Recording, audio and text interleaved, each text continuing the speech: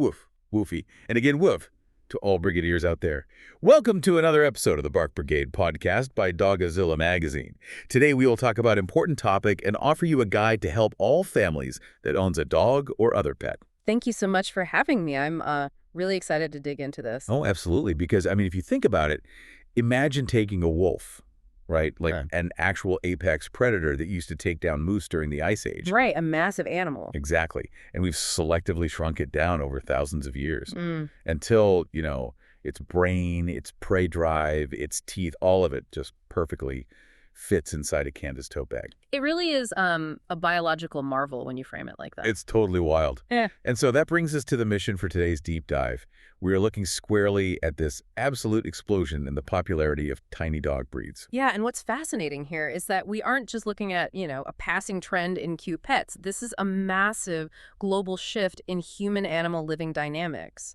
Which is huge for anyone listening right now. Like, whether you are a first-time owner trying to figure out which dog actually fits your chaotic schedule. Or maybe a senior citizen looking for a manageable companion. Right. Or even an apartment dweller trying to respect the shared walls of your high-rise. We're going to equip you with the science, the hard statistics, and the daily care strategies to find your perfect pint-sized companion. Because the data suggests an entire restructuring of how we interact with, choose, and, well, live alongside the canine species. So we have a brilliant roadmap ahead for this deep dive. We'll get into the actual behavioral mechanics behind the differences between, say, Chihuahuas and French Bulldogs. And we'll unpack some truly mind-blowing genetic breakthroughs from 2025 that are literally saving dogs from going blind. Plus, we'll reveal the biological secrets to helping your tiny dog live well past 14 years old. So let's start by looking at the sheer scale of this tiny dog takeover. Yeah, the shift in how we choose our pets globally is just staggering. Right. Like, look at the 2026 Japan ranking. For 2 consecutive years, mixed small dogs under 10 kilograms held the absolute #1 spot. Which is incredible. And the toy poodle was right behind in second. Wait, and the Chihuahua took 3rd. Right, exactly. Right? Small dogs aren't just popular anymore. They are completely dominating the market over there. And we see a parallel, well, a distinct but parallel macro trend in the United States, too. We do, yeah. Over 37% of online adopters are now utilizing specific breed filters before they even look at a photo. Yeah, so they know exactly what they want. Exactly. And out of all those specific searches on Adopt a Pet in early 2025, the Chihuahua captured 10.67% of the entire market share. 10%. That's massive. To put that statistical dominance into perspective, the Dachshund was the second most searched, and it pulled in only 5.27%. So the Chihuahua basically has a digital stranglehold on the American adoption market. It really does. Okay, let's unpack this. Because the official American Kennel Club rankings mirror this urban shift too. The French Bulldog has held the #1 spot for 4 straight years. Completely unseating traditional large breed favorites, like the Lab. Yeah. We even saw Dachshunds break into the top 5 for the first time since 2003, dethroning the poodle. So we have to ask why this is happening. Right. It reminds me of the evolution of the tech industry. Like, we moved from these massive, bulky desktop computers that required a whole dedicated room. Oh, that's a great comparison. Yeah, to these sleek, portable smartphones that slide right into your pocket. We still demand the exact same immense processing power. The love and loyalty in this case. Exactly, the processing power of a dog's unconditional love. But we demand it in a portable chassis. We want the premium software without the bulky hardware. The hardware analogy is perfect, actually, because the constraints of modern living basically dictate the physical size of the companion. Because of urbanization, right? Yes, unprecedented global urbanization. I mean, the cost per square foot in cities like Tokyo, New York, or London is exorbitant. So people are just living in much tighter city apartments. Exactly. Furthermore, the modern lifestyle involves hypermobility. You take trains, you fly, you transition from the coffee shop to the co-working space. You're always on the move. Right, so you require a companion that seamlessly integrates into a transient routine. A dog under 10 kilograms requires drastically less spatial territory. And a fraction of the caloric intake, which is nice for the wallet. Very true. They need smaller travel carriers and generally create a much lower financial burden when it comes to daily supplies. Which brings us to the first major hurdle. Because these dogs fit so neatly into modern urban lives, a huge portion of the people bringing them home are first-time owners. That makes sense. The psychological barrier to entry feels much lower when the animal weighs less than your weekly groceries. Right. But if you are a first-time owner listening to this, you know the paradox of choice is real. How do you actually choose the right breed when you have dozens of pint-sized options staring back at you? Well, for a first-time owner, the primary metric shouldn't be aesthetics. It must be behavioral adaptability. Okay, so the source material highlights the Shih Tzu and the miniature poodle for very specific reasons. Let's start with the Shih Tzu. It was bred for centuries by Chinese royalty for one singular purpose: to be a companion. Oh, wow. So no hunting or anything. Exactly. They don't have a high prey drive to suppress. They aren't bred to herd or guard. Their baseline operating system is highly adaptable to small apartment living. Because their genetic imperative is simply to just be near their human.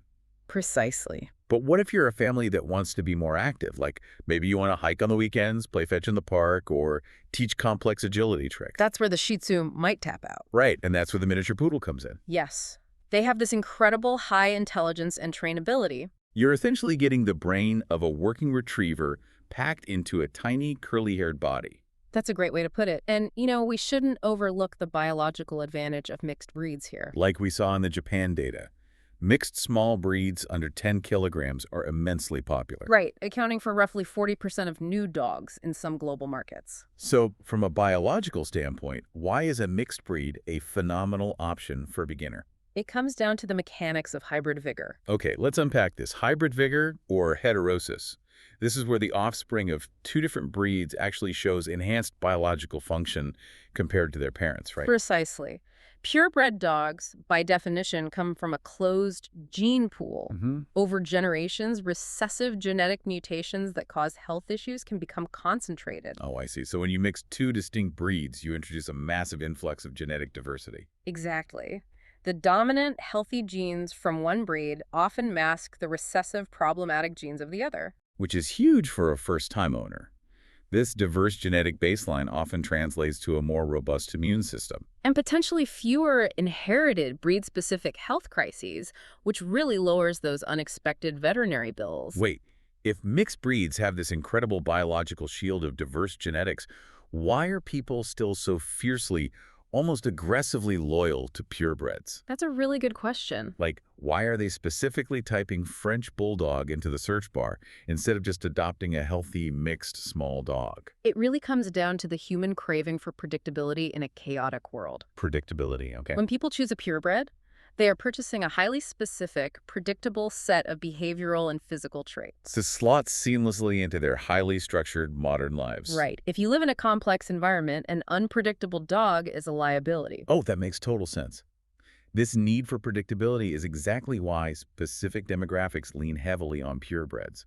Like, consider senior citizens. For an elderly owner, predictability isn't just a luxury, it's a matter of physical safety. Definitely. The sources strongly recommend the Yorkshire Terrier, or Yorkie, for seniors. We are talking about an animal that weighs just 1 to 3 kilograms. They are incredibly portable. Yeah. But beyond that, think about the physical mechanics of owning a dog when your own mobility is limited. A Yorkie doesn't require a brisk 3-mile walk at 6 a.m. No, not at all.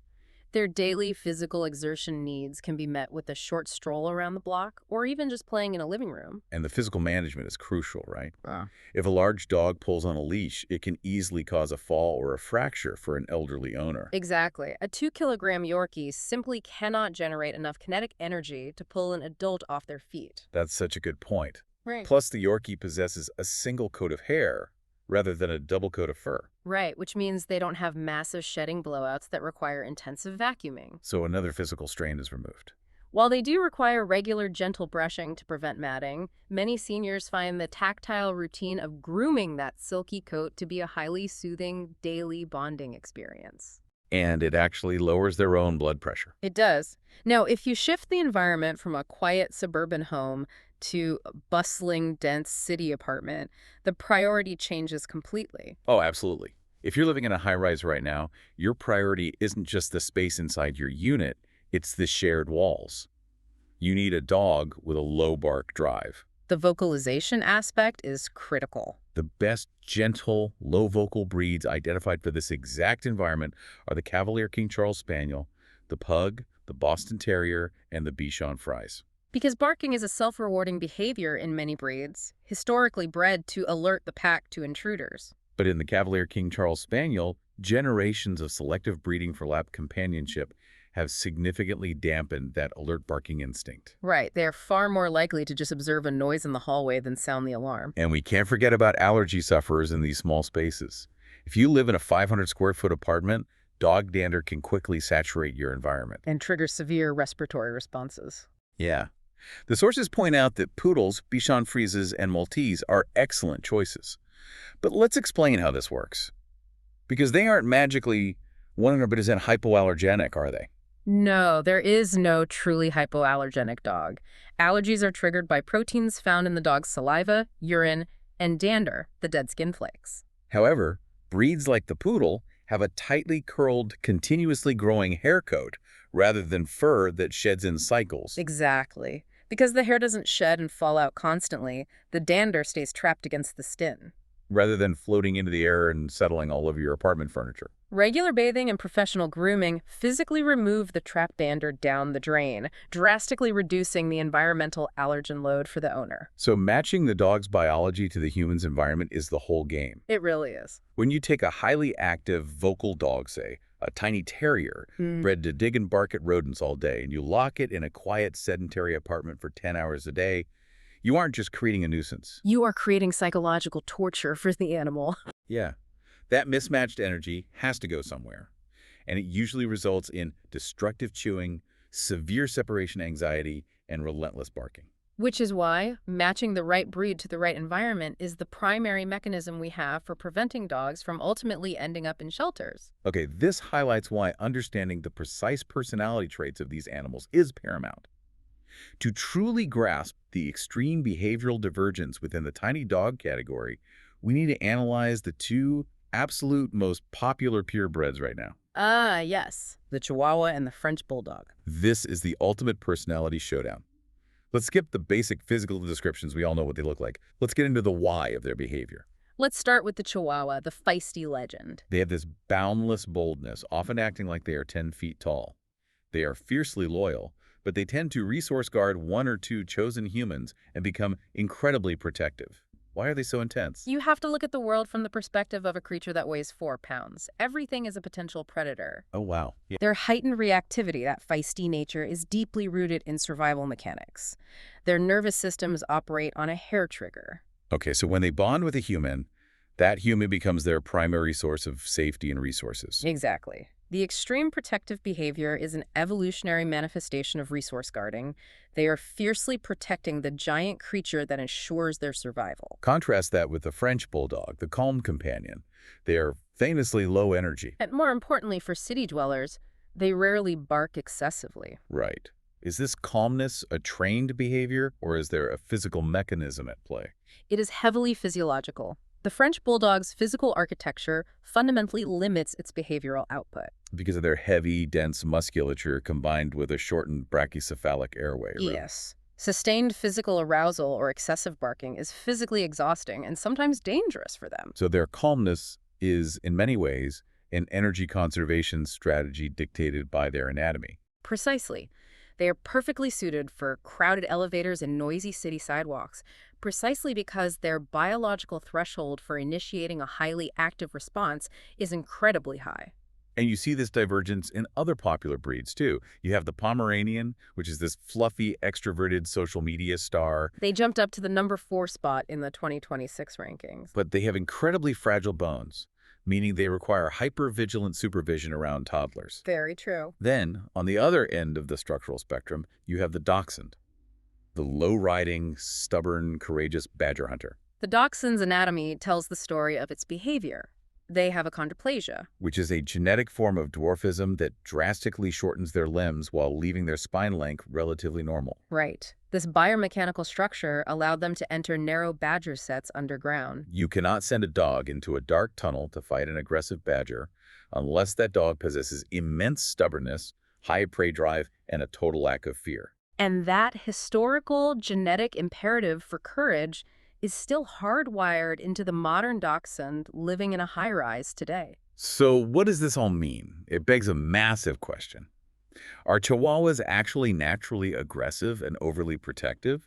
Or are we, as humans, creating this behavior? That is a fascinating debate. Like, are we just carrying them around like designer accessories and totally ignoring their physical boundaries because they're the size of a toaster? Honestly, often yes. Think about it.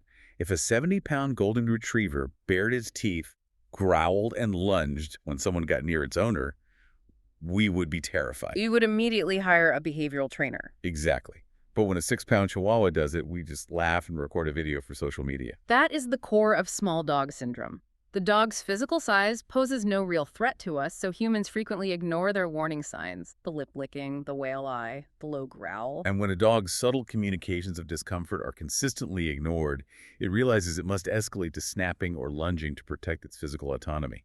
Exactly. We induce a state of chronic stress and elevated cortisol levels in the animal. We strip away their agency, and then we label them as feisty when they desperately try to reclaim it. We project so much onto these tiny dogs, we treat them like human infants. We do. And this human tendency to project our own needs onto these animals leads us directly into one of the most baffling scientific and psychological mysteries of modern small dog ownership. Oh, the flat-faced phenomenon. The brachycephalic paradox. Right. The term brachycephalic refers to the structural shortening of the skull and snout, seen in breeds like the French Bulldog, the Pug, and the Boston Terrier. And this compressed anatomy drastically condenses the soft tissues of the airway, which often leads to severe respiratory distress, sleep apnea, and an inability to regulate body temperature in warm environments. Yet their popularity continues to skyrocket. I know. There was an Italian study that surveyed 320 owners of these flat-faced dogs.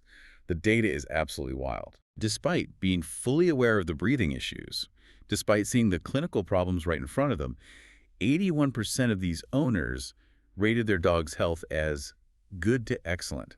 How is that cognitive dissonance possible? It operates on a deeply ingrained biological level. The physical features of a brachycephalic dog, the flat face, the exceptionally large forward-facing eyes, the prominent forehead. They look like babies. Exactly. They perfectly mimic the human infant schema, known as the Kinshin schema. Oh, wow. When humans look at these dogs, it triggers an overwhelming release of oxytocin, the bonding hormone.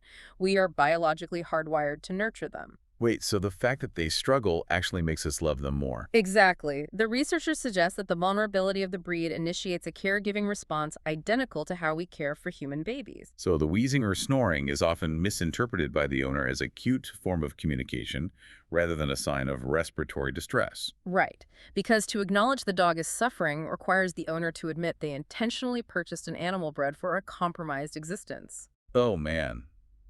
That's dark. The psychological defense mechanism is to simply rate the dog's health as excellent to alleviate that caregiver burden. Wow. And the science shows it's not just our perception of them that's altered by their face shape.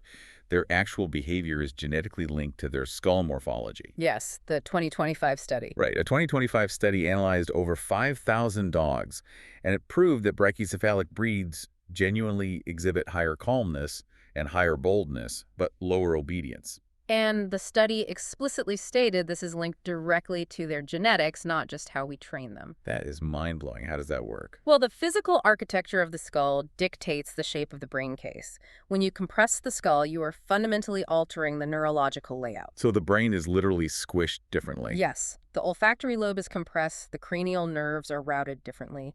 This genetic mapping shows that the physical structure of the jaw and face is intricately correlated with specific neurotransmitter pathways that dictate arousal, fear, and obedience. Here's where it gets really interesting. This genetic mapping isn't just explaining why a pug acts the way it does. It is actively saving lives. Oh, absolutely. The breakthroughs in genetic testing from 2025 are incredible. Let's talk about the study published in the Journal of Veterinary and Animal Science.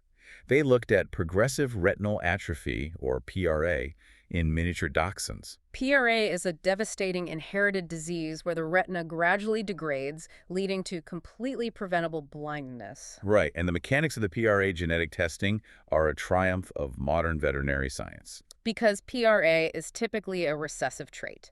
In the past, breeders wouldn't know a dog carried the gene until the offspring started going blind years later. But now, by implementing widespread, preemptive DNA testing on the breeding population, breeders can identify the asymptomatic carriers. And the results were staggering. By utilizing this testing, they reduced the number of high-risk individuals in the population by 70%. Right, projecting a massive drop in total cases by 2030. And the most crucial part is that they did this without causing a genetic bottleneck. That's the key. They didn't just ban all carriers from breeding, which would ruin the genetic diversity. They simply ensured a carrier was only ever mated with a dog completely clear of the mutation. It proves that we possess the technological capability to systematically eradicate inherited diseases if we apply the science responsibly. It's amazing. We're operating at such a granular level of veterinary genetics that we are now isolating the exact code that makes these dogs tiny in the first place. Right.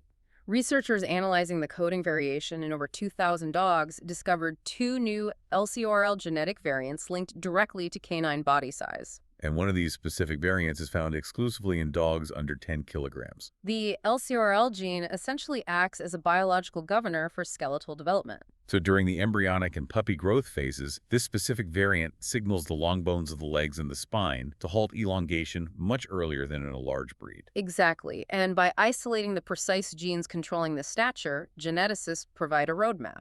Breeders can now select for small, portable bodies without accidentally selecting for neighboring linked genetic diseases that happen to sit on the same chromosome.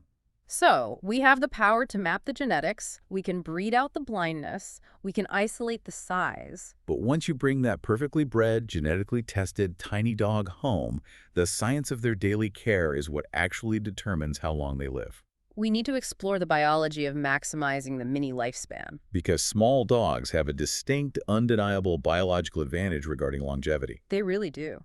The Royal Veterinary College conducted an exhaustive study analyzing 28,000 Yorkshire Terriers. And the data revealed that Yorkies live an average of 13.56 years.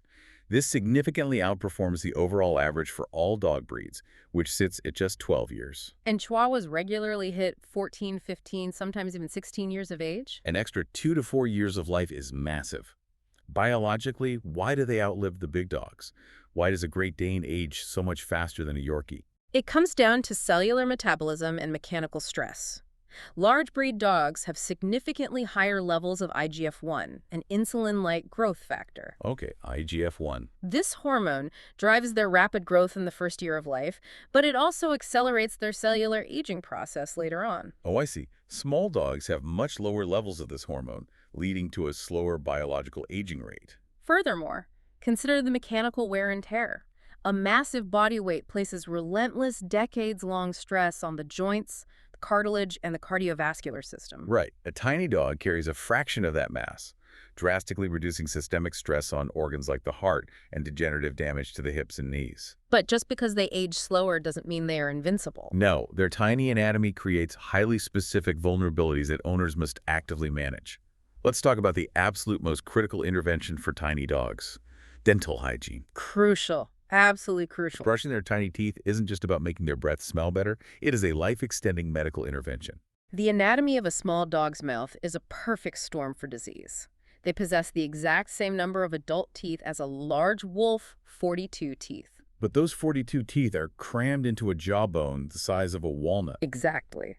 This severe crowding creates deep crevices and eliminates the natural mechanical scraping that occurs when teeth have proper spacing. So with their teeth, because their mouths are so crowded, is it basically like a microscopic petri dish in there if you don't brush? A very accurate analogy. Food particles and bacteria become instantly trapped in those tight spaces. The plaque mineralizes into hard calculus incredibly fast. If the owner is not physically brushing away that biofilm daily, the bacteria cause severe gingivitis and periodontal disease. The gums become inflamed, creating pockets. Yes, the anaerobic bacteria thrive in those oxygen-deprived pockets, enter the highly vascularized gum tissue, and ride the bloodstream straight to the dog's major organs. They settle on the mitral valve of the heart or attack the filtration systems of the liver and kidneys. Systemic organ failure in small dogs is frequently the direct result of neglected dental care. That is terrifying, but entirely preventable. You just have to brush their teeth. Right. And we also see major structural vulnerabilities. Take the luxating patella in Chihuahuas. This is where the groove in the femur bone isn't deep enough, so the kneecap easily dislocates and slips out of place, causing them to hop or skip on 3 legs. And then there is the absolute necessity of spinal care for dachshunds. Right, due to the achondroplasia we discussed earlier. The dachshund spine is highly susceptible to intervertebral disc disease, or IVD. Because their legs are so short, they lack the mechanical shock absorbers that a normal leg dog has.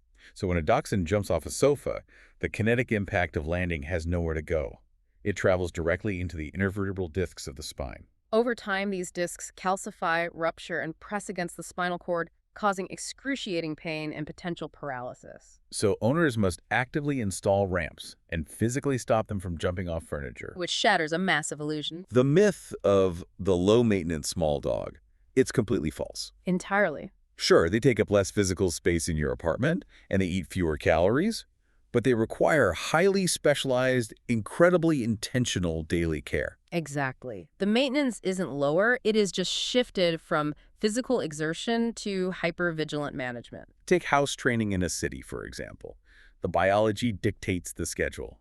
Small dogs simply have smaller bladders. If you have a 5-pound dog, their bladder is essentially the size of a shot glass. Meanwhile, their kidneys are filtering toxins at a rapid rate. So you can't expect them to hold it for 10 hours while you're at work. It's physically impossible. You have to provide more frequent potty breaks, utilize indoor grass patches, or rely on highly consistent crate training and strict feeding schedules to manage their output.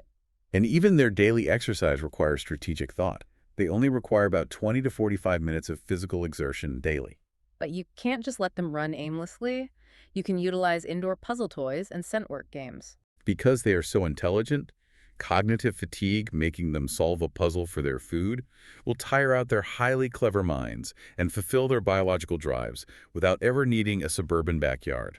Finally, we have to talk about the physical logistics of moving them around the city. It is a massive trend to carry these tiny dogs in purses or fashion tote bags. But the biological mechanics of this are crucial. It is only safe if the bag is designed specifically for the anatomy of a pet. It must have proper airflow ventilation so they don't overheat. It must have secure internal tethers so they don't panic and leap out into moving traffic. And critically, it must have a rigid, flat bottom. If you carry a dog in a soft, unstructured bag, their spine bows into a U-shape, placing unnatural, damaging pressure on their vertebrae for hours. So if we synthesize everything we have explored today, from the precise genetic mapping of the LCORL size variants, to the complex neurological implications of the brachycephalic skull, to the intensive dental and spinal care required to keep them alive, we are witnessing a profound evolution in the human-canine relationship. We are literally engineering them to fit our lives. Precisely. This raises an important question, though. As science allows us to precisely map the genetics of size, behavior, and disease, the future of tiny dogs isn't just about making them smaller. It is about making them perfectly engineered biological companions for the modern human ecosystem. But this extreme adaptation forces us to confront a fundamental truth. As these dogs adapt so perfectly to our shrinking concrete habitats, are we, as owners, providing an environment that truly respects them as living, breathing dogs with canine instincts and biological needs, rather than treating them merely as portable accessories? Thank you for listening, dear Brigadiers. If you have any questions, visit the source article on Dogzilla magazine at dogzilla.com. That was all for this episode, and until the next time, bye to all listeners of the Bark Brigade podcast.